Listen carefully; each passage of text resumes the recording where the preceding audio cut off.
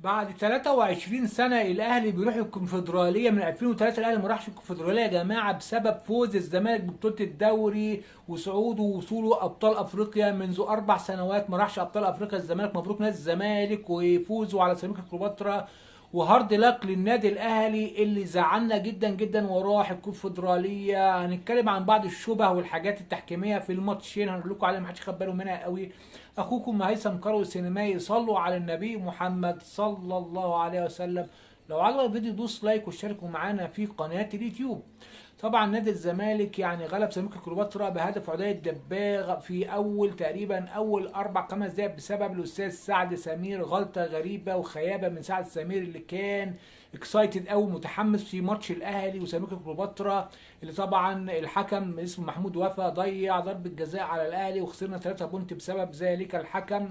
يعني انا مش عارف صراحه سعد سمير، يعني هفوه غريبه منه. ما علينا يا سيدي، ما فيش اي مشكله نحسن النوايا، ولكن اللاعب اللي هو بالحج اللي جات له ضربه جزاء يعني المفروض داخل يشوطها. فانا شفت كده يعني هز بعينه كده ناحيه اليمين، يعني بيقول لعواد ان انا احطها ناحيه اليمين، وقد كان محمد عواد طبعا صدها.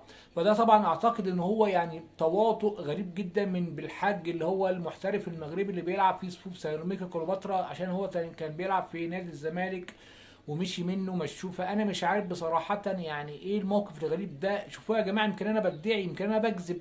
شوفوا هتلاقيه بيعمل كده.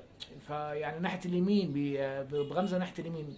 فبجد شيء غريب جدا. يعني كان الماتش ممكن يتحول، لكن بشكل عام نادي الزمالك هنيئا له بطوله الدوري هذا السيزون، ان هم تعبوا جدا الموسم ده بغض النظر عن المشاكل اللي حصلت لهم، وقفوا القيد وان هم فقدوا الكونفدراليه، والاهلي طبعا غلبهم ورقعهم 3-0. فلحد اخر المشوار كانوا صامدين، ودي حاجه كويسه جدا. مبروك نادي الزمالك. وطبعا بنتكلم عن ماتش الاهلي والمصري، غلطه برضه تحكيميه غريبه من الحكم امين عمر في الدقيقه 37 لما راح يطرد يعني ياسين مرعي. بتطرده يعني على اساس ايه؟ يعني هو مش انفراد 100%، ده هو على حدود 18. كنت ممكن تديله انذار ممكن، وبعدين تروح تبص في الفار. انت مستعجل عليه يا كابتن امين؟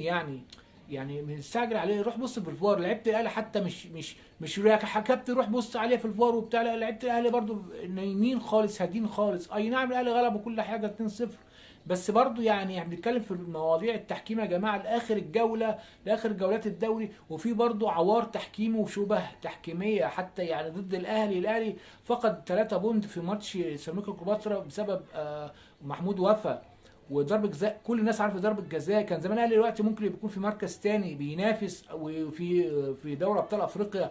بغض النظر يا جماعه، مش بنتكلم يعني ان الاهلي خلاص